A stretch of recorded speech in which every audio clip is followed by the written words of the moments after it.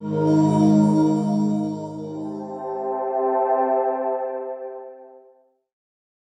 so let's talk about through associations.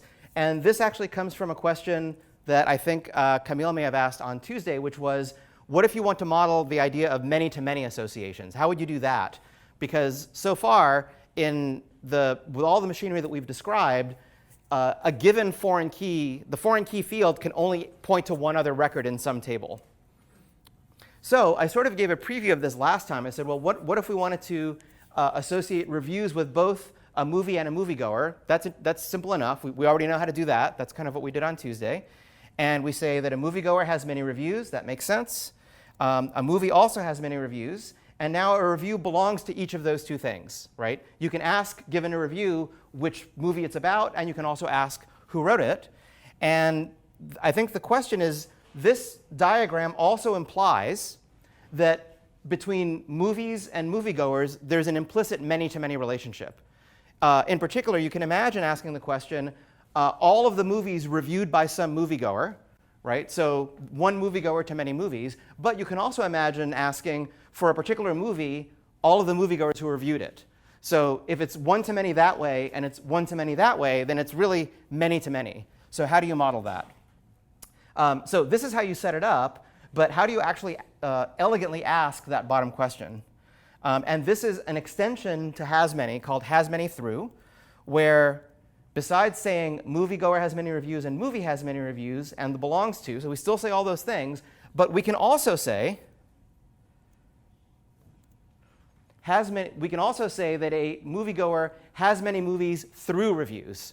This is about the coolest thing ever, because basically what it says is there's not a direct relationship between moviegoers and movies, but if we essentially traverse from the movies table through the reviews table, from there we can get to the moviegoers, right? So if a moviegoer with some ID, we can certainly find all of the reviews that match moviegoer ID. And for each one of those reviews, we can grab its movie ID and pull out the corresponding movie. So what you end up with is being able to set up an association that actually works the same way in both directions. Because we can also, for the same reason, right, it's symmetric, we can say that a movie has many moviegoers through reviews. Now again, this is analogous to, when do you use the one going this way versus the one going the other way? It's a matter of what the app wants to do. Maybe you only care about traversing the association starting from moviegoer and going to movies. In that case, you don't need the bottom one, or vice versa. But understanding it, in terms of what it does, it's really constructing the query for you that does a three-way table join, right? So it's joining the moviegoers and reviews on matching with moviegoer on ID, and further joining that whole thing on movies matching movie ID. So it constructs the entire query for you and allows you to just say moviegoer.movies, and what you get back is, given a moviegoer, an innumerable collection of all the movies they reviewed. And you can also go the other way. Right. So a really, really nice facility for writing queries that otherwise, if you were just kind of doing these in raw SQL, you would be doing essentially a three-way join with foreign keys.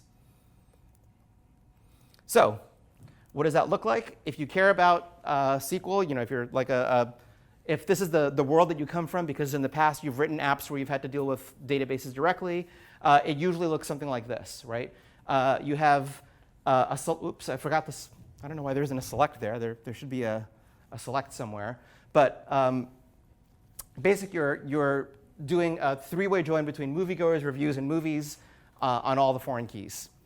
And if you don't know SQL and you don't know the join syntax, you don't need to worry about it too much, because as I said, you will very rarely have to deal with this level of syntax if you're using the active record associations mechanism. But the sort of, the key idea that comes out of this example, sort of if we go up a level from this, to me, the key idea is this, that if you were trying to model a many-to-many relationship, think about what the relationship is and model that. So instead of thinking about, well, if a student has many courses, but a course can also have many students, how do I model the many-to-manyness? Ask the question, is there an object implied by the relationship between students and courses? Right? So I can imagine saying, well, OK, let's call that an enrollment. An enrollment is the idea of a student having a relationship with a course. And by the way, another good reason to model that relationship separately is you can capture other information about the relationship.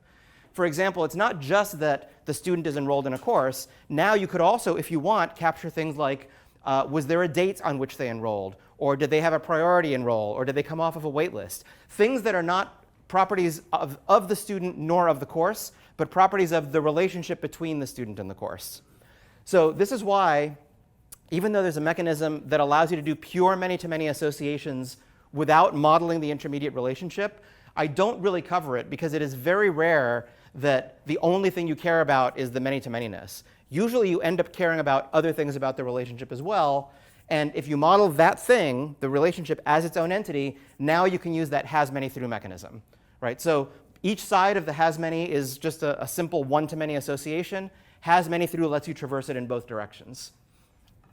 Another example, if you're building a social networking app of some kind, and you want to model the concept of people having friends, you can actually do a self-join. You can say a user is friends with many other users. So what does that mean? OK, well, again, is there something that we can extract that is the concept of the relationship between the entities? OK, well, we could call it a friendship. And now, again, you can annotate a friendship with when did the friendship start, or how many, I don't know, how frequently they communicate. Things that are about the relationship and not about the principles. And yes, in case you were wondering, Rails does have a syntax for saying something like a user is friends with many, or a user has many friends, but friends are really just things that are in the user's table. So there are ways to do self-join relationships, and I'll leave that level of detail to the other videos and to the textbook explanation. But the basic idea that comes out of this is the same thing in all of them, which is when it's many-to-many, think about what modeling the relationship means, and then figure out your schema and the way that you're going to use associations to capture that. So all of those things having been said, so I could say something like new review equals, so let's see. So if I have something like that, and something like that, I have a couple of choices. I could say movie.reviews.build and pass some parameters, after which I could say, I could do that. Or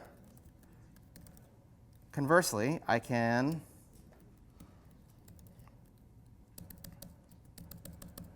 there.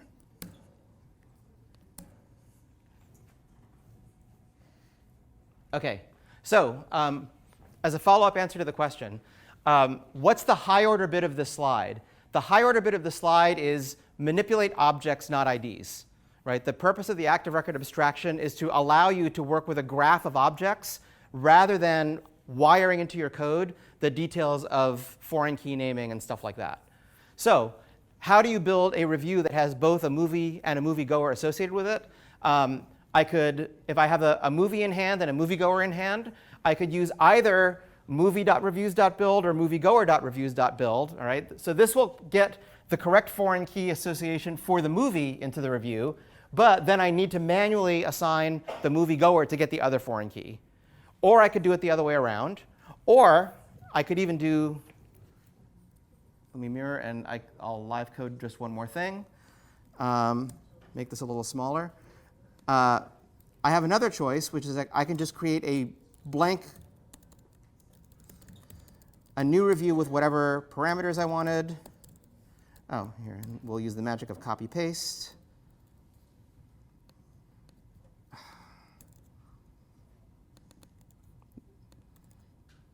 OK, so I could do that too.